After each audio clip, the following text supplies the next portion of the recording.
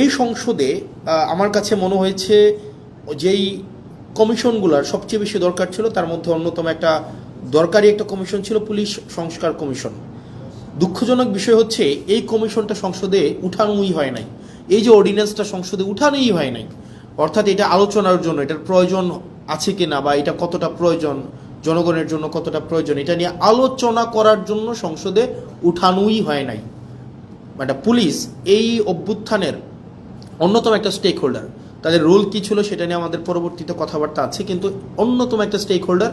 আমরা পরবর্তী রাষ্ট্র ব্যবস্থাটা যদি জনবান্ধব করতে চাই তাহলে পুলিশের স্বাধীনতা না, পুলিশের সুরক্ষাটা আমাদের প্রয়োজন ছিল। কিন্তু দুঃখজনক বিষয় হচ্ছে সেটা নিয়ে এই সংসদে কোনো ধরনের কথা সরকারি দল বলতে দেয়নি। সরকারি দল এই অর্ডিন্যান্সটাকে জাস্ট ল্যাপস করে দিয়েছে। এবার আসেন এই সংস্কার কমিশনে কি ছিল আমাদের।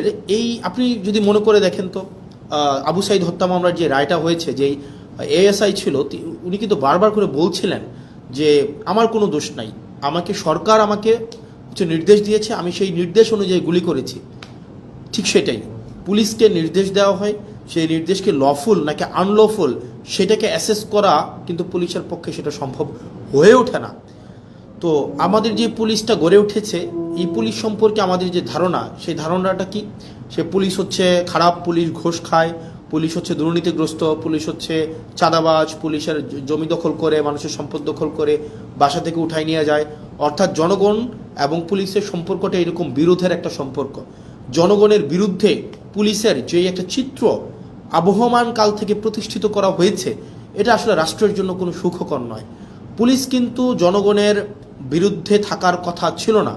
পুলিশকে যেভাবে ঘুষখোর হিসেবে উপস্থাপন করা হয়েছে, রাষ্ট্র যেভাবে পুলিশকে হাতিয়ার বানিয়েছে দমনপীড়নের, সরকার যেভাবে দমনপীড়নের হাতিয়ার বানিয়েছে পুলিশকে, এটা হওয়ার কথা ছিল না। সেজন্য এই অভ্যুত্থানের পরে আমরা চেয়েছিলাম যে পুলিশকে একটা গুণগত সংস্কার হোক। কিভাবে গুণগত পুলিশের এই সংস্কারটা হোক? সেটা হচ্ছে আমরা চেয়েছিলাম পুলিশের যে একটা অভিযোগ আছে, আপনি দেখেন পুলিশের বর্তমান পরিস্থিতি, পুলিশ হচ্ছে, আমি ব্যক্তিগতভাবে মনে করি রাষ্ট্রের সবচেয়ে নিরীহ যদি রাষ্ট্রের কোনো অঙ্গ সংস্থা থাকে সেটা হচ্ছে পুলিশ। পুলিশকে মারতে বললে মারে, ছাড়তে বললে ছাড়ে, ধরতে বললে ধরে। পুলিশের এর বাইরে কিন্তু কিছু করার নাই। পুলিশকে যেই তার ঊর্ধ্বতন কর্মকর্তা যেই অর্ডার দেয়, সেটা লফুল হোক আর আনলফুল হোক, পুলিশ কিন্তু এটাকে বাস্তবায়ন করতে হয়। সেই জায়গা থেকে আমরা চেয়েছিলাম যে, এবং পুলিশের কিছু সমস্যা আছে। যেমন পুলিশের 1 নম্বর সমস্যা হচ্ছে পুলিশ সারাদিন ডিউটি করতে হয়, মানে অলমোস্ট 24/7 ডিউটি করতে হয়, তাকে ওভারটাইম দেওয়া হয় না। পুলিশ, আপনি যদি রাজারবাগ পুলিশ লাইনগুলোতে যান বা বাংলাদেশের থানাগুলোতে যান, আপনি গিয়ে দেখবেন পুলিশ যে ধরনের অমানবিক জীবনযাপন করে, মানে পুলিশের যে অমানবিক জীবনযাপন, এটা মানে যেটা আনইমাজিনেবল, একটা অমানবিক জীবনের মধ্যে থেকে, এবং তার যে বেতন কাঠামো আছে সেটা নিয়ে কথা নাই বলি, তাকে ওভারটাইম দেওয়া হয় না, তাকে অলওয়েজ সিনিয়রদের যে অর্ডার, এটা আনলফুল হইলেও তাকে এটা বাস্তবায়ন করতে হয়, এবং তাকে এটা বাস্তবায়ন যদি না করে তাহলে তার পদায়ন, তার পদোন্নতি, তার ট্রান্সফার, এই সবগুলোকে আটকে দেওয়া হয়। এবং দুঃখজনক বিষয় হচ্ছে পুলিশ যদি সরকারের কোনো ইচ্ছার বাইরে যায়, অন্যায্যভাবে সরকার একটা অন্যায্য একটা অর্ডার করছে, এটার বাইরে যদি পুলিশ যায়, তার চাকরি অলমোস্ট ইম্পসিবল হয়ে ওঠে। এখন দেখেন পুলিশের এই যে ক্ষোভ, পুলিশের প্রতি যে এইসব অন্যায্য অবিচার করা হচ্ছে, তার পোস্টিং, প্রমোশন, পদোন্নতি সবগুলো রাজনৈতিক ইচ্ছার উপরে নির্ভর করা হচ্ছে। বাংলাদেশে পুলিশ যারা সরকারের যত বেশি পদলেহন করে, যারা সরকারের সবচেয়ে বেশি কাছাকাছি থাকে, যারা সরকারি দলকে সবসময় পৃষ্ঠপোষকতা করে, তারা ভালো পোস্টিং পায়, তারা ভালো প্রমোশন পায়। সেজন্য সরকারের লিগ্যাল অর্ডার করুক অথবা আনলিগ্যাল অর্ডার করুক, এই কারণে পুলিশরা সবসময় চায় সরকারের মনোরঞ্জনের মধ্য দিয়ে ব্যস্ত থাকতে।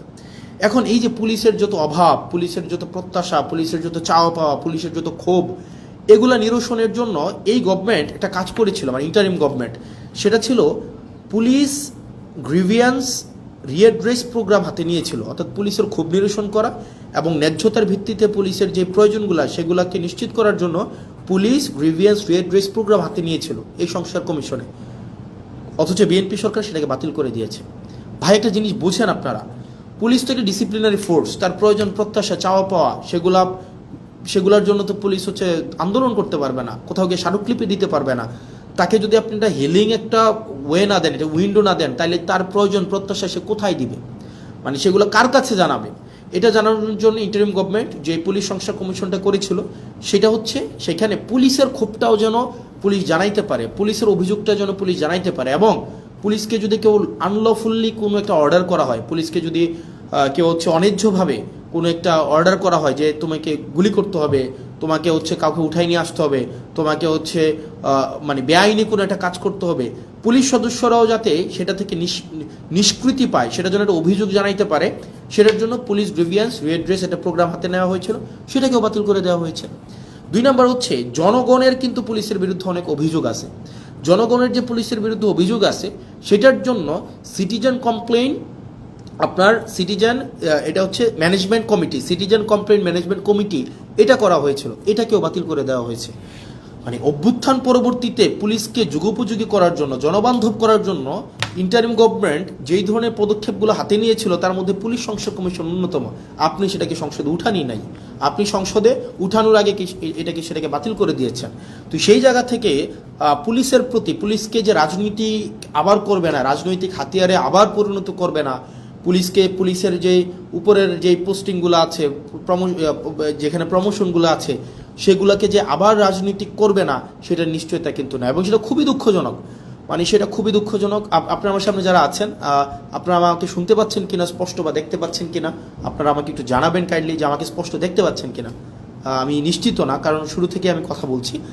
তাহলে দেখেন, পুলিশকে আমাকে যুগোপযোগী করতে হবে, পুলিশকে জনবান্ধব করতে হবে, পুলিশকে রাষ্ট্রের লাঠিয়াল বাহিনী হিসেবে, পুলিশকে যদি আমি রাষ্ট্রের লাঠিয়াল বাহিনীতে পরিণত করি, এবং পুলিশকে যদি ছাড়তে বললে, পুলিশ আমাদেরকে মাঝে মাঝে এসে বলে যে ভাই আমাদের পরিণতি হয়েছে এটা, সরকার ছাড়তে বললে ছাড়ি, মারতে বললে মারি, ধরতে বললে ধরি, অর্থাৎ আমাদের এই তথৈবচ অবস্থা। এখন এই তথৈবচ অবস্থা থেকে মুক্তির জন্য পুলিশ শুধুমাত্র লিগ্যাল অর্ডারটা বাস্তবায়ন করবে, এবং পুলিশ সরকারের লাঠিয়াল বাহিনী হইবে না, পুলিশ জনবান্ধব হবে, পুলিশ জনগণের হবে। সেটার জন্যই কিন্তু হচ্ছে সংস্কার কমিশনটা করা হয়েছিল। দুঃখজনক বিষয় হচ্ছে এই সংস্কার কমিশন, এই সরকার এটাকে ল্যাপস করে দিয়েছে, এটাকে উঠাইয়ে নাই। তার মানে এই সরকার যে অ্যাটিটিউড, এই সরকারের যে মনোভাব পুলিশকে নিয়ে, এই সরকারের যে চাওয়া পাওয়া পুলিশকে নিয়ে, সেটা হচ্ছে এই সরকার পুলিশকে আবার একটা লাঠিয়াল বাহিনীতে পরিণত করতে চায়।